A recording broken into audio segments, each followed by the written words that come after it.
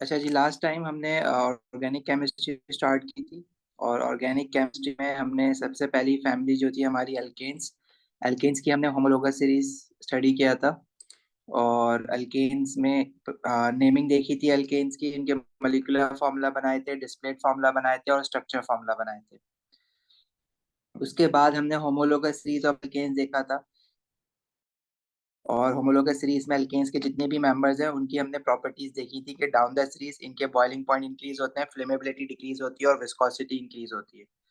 आज हम लोग अल्केन्स में एक और न्यू कॉन्सेप्ट पढ़ेंगे, that is isomerism in alkanes.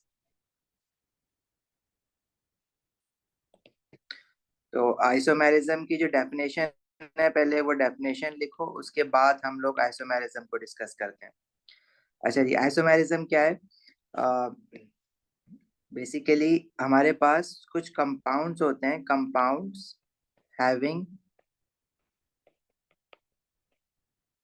Same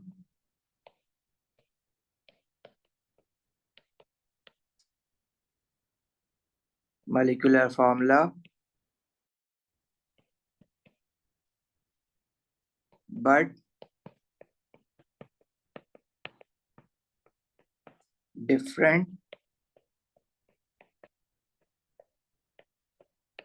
structural formula, या आप इसको different structures भी कह सकते हो, are known as isomers of each other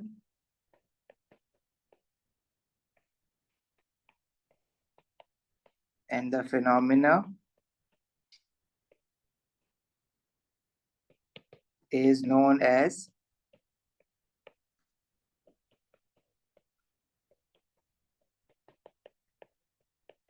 isomerism। Hasan बेटा, बस अभी ये फर्स्ट डेफिनेशन लिखी है, अभी स्टार्ट की है क्लास। रामीन, वालेकुम अस्सलाम, अल्हम्दुलिल्लाह, I am good, how are you? You are at तरावी या यू आर एट तरावी, मतलब अभी भी तरावी में हो, क्या कहना चाह रहे हो? हमने बस स्टार्ट की है क्लास, भाई 10:30 पे स्टार्ट किया है ना। फर्स्ट डेफिनेशन है, अभी इसकी एक्सप्लेनेशन हमें देखनी है। ठीक है, you are just in time.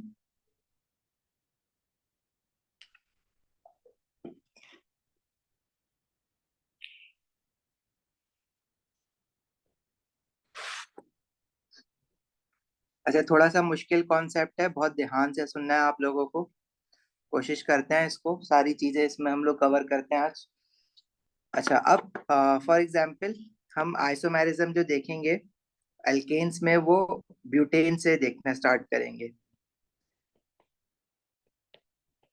Isomerism in butane.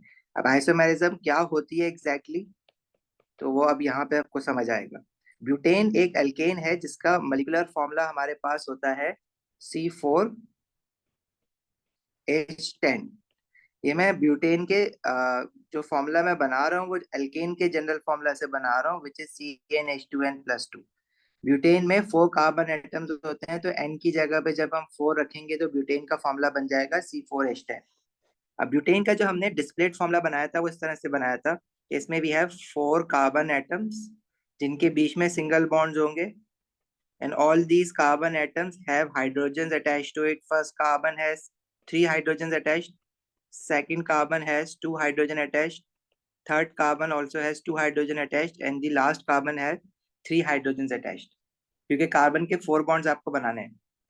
अच्छा, अब देखो ब्यूटेन, अब आइसोमर्स क्या होते हैं एक दूसरे के, जिनका मॉलिक्यूलर फॉर्मूला सेम हो लेकिन स्ट्रक्चर डिफरेंट हो। अब क्या मतलब है इस बात का, थोड़ा सा ध्यान से सुनना है बेटा, आज की क्लास में थोड़ा सा मुश्किल कॉन्सेप्ट है ये। अब फॉर एग्जाम्पल यहाँ पे हमारे पास 4 कार्बन एटम्स जो है ना वो स्ट्रेट चेन में है, राइट। अगर मैं ब्यूटेन को इस तरह से बनाऊं कि हमारे पास 3 कार्बन एटम्स स्ट्रेट चेन में हो और एक कार्बन एटम हमने ना ब्रांच में लगाया हुआ है ऐसे। ब्रांच का क्या मतलब है कि स्ट्रेट चेन में 4 कार्बन एटम्स नहीं है, अब 3 कार्बन एटम्स है और एक कार्बन सेकंड कार्बन पे लगा हुआ है। अब अगर मैं बॉन्ड्स पूरे करने के लिए बाकी सारे कार्बन एटम्स पे हाइड्रोजन अटैच कर रहा हूँ, जैसे जो फर्स्ट कार्बन है इस पे हमने इसके एक बॉन्ड बना हुआ है, तो we have to attach 3 hydrogen atoms. लेकिन ये जो मिडिल वाला कार्बन है, अब इसके देखो कितने बॉन्ड्स बने हुए हैं। वन बॉन्ड उसका राइट वाले कार्बन के साथ है, other bond with the left carbon atom, और एक बॉन्ड इसका नीचे वाले कार्बन एटम के साथ है। तो इसके कितने बॉन्ड्स बन गए? 3 बॉन्ड्स तो हैं इसके। Now how many hydrogen you will attach to this carbon? Only one, because वो 4 से ज्यादा बॉन्ड तो नहीं बना सकता ना। इसी तरह जो लास्ट कार्बन है उसका एक बॉन्ड बना हुआ है पीछे वाले कार्बन के साथ, तो इसके साथ आप 3 हाइड्रोजन अटैच करोगे, और जो नीचे वाला कार्बन है उसके साथ भी 3 हाइड्रोजन आएंगे। अब अगर मैं जो राइट पे मैंने स्ट्रक्चर बनाया है इसका अगर मैं मोलिकुलर फॉर्मूला देखूं, तो इसमें कितने कार्बन एटम्स हैं? 1 2 3 4। Okay, number of carbon atoms are 4 in it. What about number of hydrogen atoms? Can you count number of hydrogen atoms? 1 2 3 4 5 6 7 8 9 10. So there are 10 hydrogen atoms. So if you see, these two structures have same molecular formula, but इनके structures different है। ठीक है, तो ये दोनों molecules एक दूसरे के आपस में आइसोमर्स कहलाएंगे। ये दोनों कंपाउंड या ये दोनों मॉलिक्यूल्स आपस में एक दूसरे के आइसोमर्स कहलाते हैं। इनको हम इस तरह से भी बना सकते हैं, जैसे अगर मैं हाइड्रोजन एटम्स को कंडेंस करके लिख दूं, फर्स्ट कार्बन पे 3 हाइड्रोजन अलग अलग बनाने के बजाय साथ मिला के ना क्वांटिटी लिख दूं हाइड्रोजन की, तो इस तरह से भी बने हुए मिल सकते हैं आपको ये।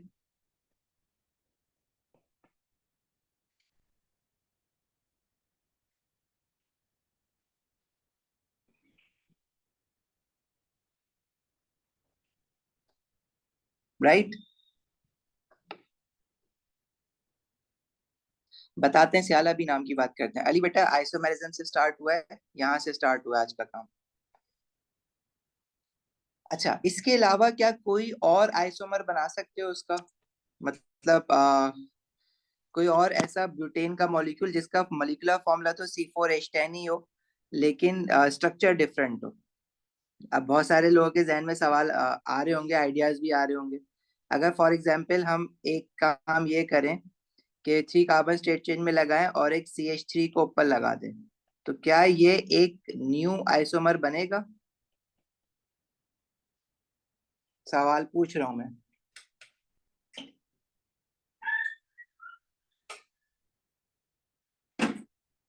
No.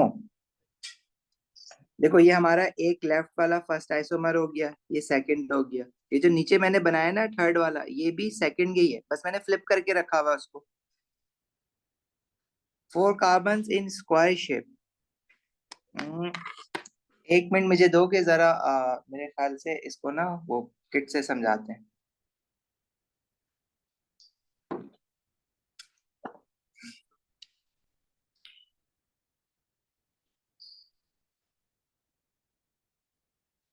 No, it won't be counted as an isomer 3. Either you will count the first isomer, this one, or this one.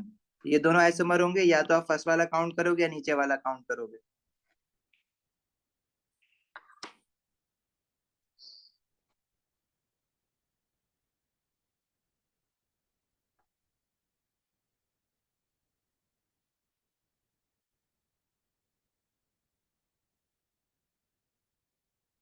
सियाला बेटा, 1 मिनट दो, मैं बता दूं।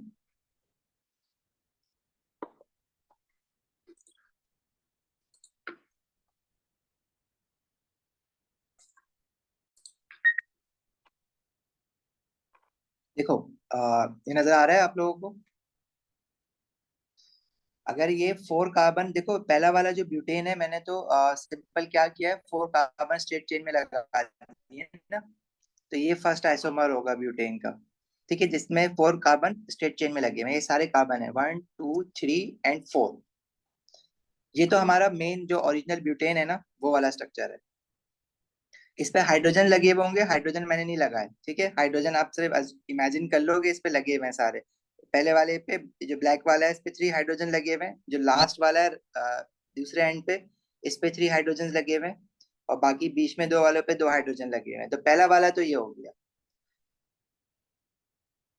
अच्छा, दूसरा हमने क्या किया, देखो अगर हम फॉर एग्जाम्पल ये जो लास्ट वाला कार्बन है किसी मॉलिक्यूल में, ये लास्ट वाला कार्बन मिडिल वाले कार्बन पे लगा हुआ हो इस तरह से, तो ये एक आइसोमर हो जाएगा हमारा। ठीक है।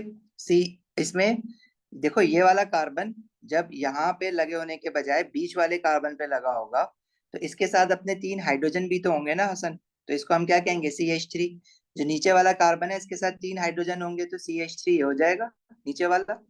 इसी तरह इसके ऊपर वाला राइट साइड वाला, इस पे भी 3 हाइड्रोजन होंगे, CH3। इसी तरह जो मिडिल वाला कार्बन है उसके देखो 3 बॉन्ड्स ऑलरेडी बने हुए हैं, जो ब्राउन वाला आपको दिख रहा है उसमें राइट साइड पे एक कार्बन है, लेफ्ट साइड पे एक कार्बन है, और एक कार्बन नीचे लगा हुआ है, तो एक हाइड्रोजन ऊपर लगा हुआ होगा। और इसी तरह जो ब्लैक वाला है इसके ऊपर भी 3 हाइड्रोजन लगे हुए होंगे।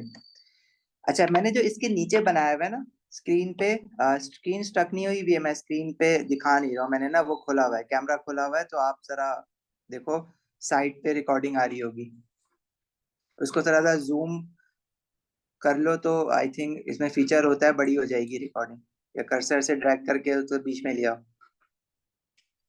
ठीक है अभी, हाँ। अच्छा, अब अगर इसी मॉलिक्यूल को जो मैंने अभी इस ओरिएंटेशन में पकड़ा हुआ है, अगर मैं इसको यूं कर दूं, तो क्या ये नया मॉलिक्यूल बन गया है? नहीं, इसको तो बस मैंने रोटेट किया है ना। इसी तरह अगर मैं इसको यूं कर दूं, तो ये भी अभी भी सेम मॉलिक्यूल है। मतलब ये वाला जो अभी भी जिस ओरिएंटेशन में है, इसको अगर मैं बनाऊंगा तो या तो ये आपको यूं दिखेगा।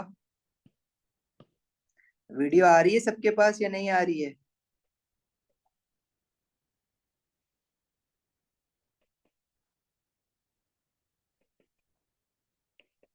या तो आपको ये इस तरह से नजर आ रहा होगा,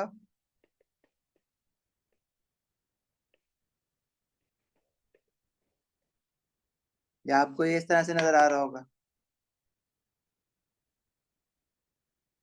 उमेजा बेटा, नजर आया? या तो ये यूं होगा, इसको यूं कर दो, चाहे यूं कर दो, मतलब रोटेट करके, सिर्फ रोटेट कर रहे हैं ना, तो मॉलिक्यूल तो चेंज नहीं हुआ ना।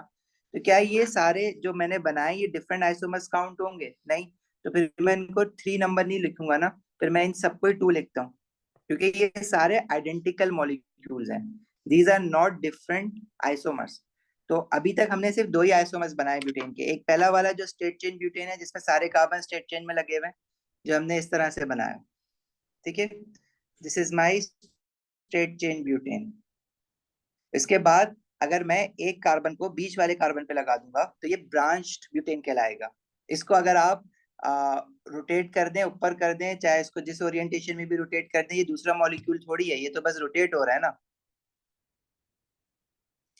इसके अलावा अगर आप कहो कि हम कोई और आइसोमर बनाएं, जैसे अगर आप 3 कार्बन स्ट्रेट चेन में लगाओ और 4th कार्बन को नीचे कर दो इस तरह से, तो क्या ये एक नया आइसोमर काउंट होगा? देखो, टर्मिनल कार्बन पे जो कार्बन कार्बन पे कहाँ लगा हुआ है ना, जिस कार्बन पे, तो वो वहां पे कहीं भी रोटेट हो सकता है। मतलब देखो ये वाला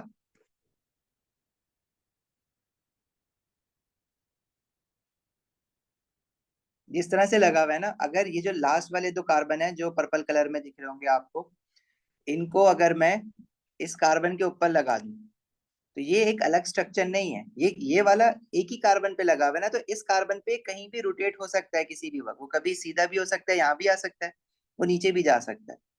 तो अगर मैं इस तरह से करके ये बना रहा हूँ तो ये स्ट्रेट चेन ब्यूटेन ही है, क्योंकि ये किसी भी वक्त घूम के इस तरह से देखो ये टर्न होता रहता है, लेकिन वो लगा हुआ तो इसी कार्बन पे ना, तो मॉलिक्यूल आपस में रोटेट होते रहते हैं, लेकिन बॉन्ड तो वहीं पे लगा हुआ है ना उसका। तो ये ऊपर भी जा सकता है, ये इस तरह से नीचे भी जा सकता है, ये सामने भी आ सकता है आपके इस तरह से, ये नीचे भी जा सकता है किसी भी वक्त।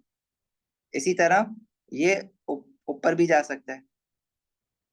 सिमिलरली ये इसी कार्बन पे रोटेट होके यहाँ भी आ सकता है। तो ये जो मैंने नीचे वाला बनाया ना, ये बेसिकली फर्स्ट वन ही है, ये स्ट्रेट चेन ही है, क्योंकि इसमें ये जो लास्ट कार्बन नीचे लगा हुआ है ये रोटेट होके कभी भी वापस सीधा हो सकता है, तो अगेन ये स्ट्रेट चेन ब्यूटेन ही काउंट होगा आपके पास।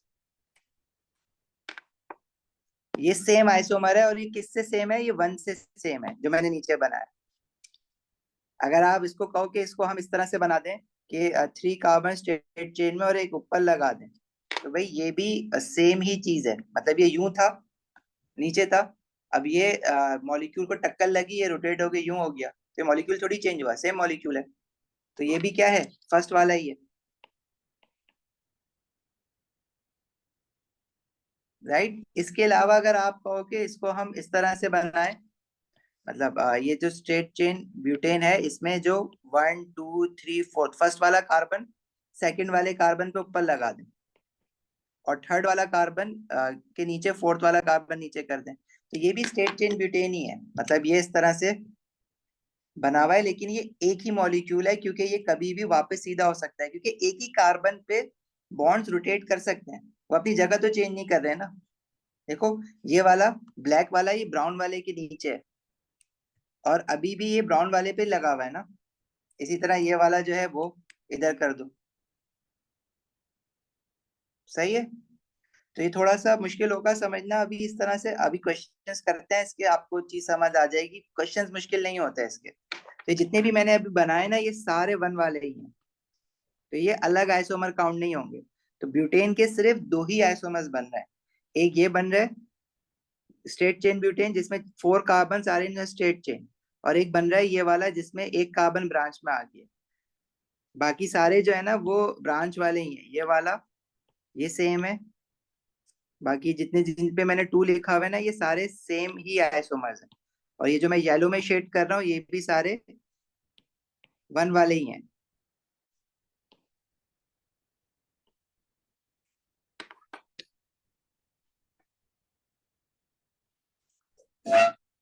यही तो आपको रियलाइज करना है हसन, कि आपको यही चीज पता लगानी है कि ये सेम है या नहीं है। देखो अब्दुल्ला, साइक्लिक हो ही नहीं सकता इसमें। अगर आप साइकिल बनाने बैठोगे ना, तो आप 4 कार्बन अगर इस तरह से लगाओगे, 1 2 3 4, अब इन 4 के 4 कार्बन एटम्स पे हाइड्रोजन अटैच करो जरा, तो सारे कार्बन के दो दो बॉन्ड बने हुए हैं, तो इन पे कितने कितने हाइड्रोजन आएंगे।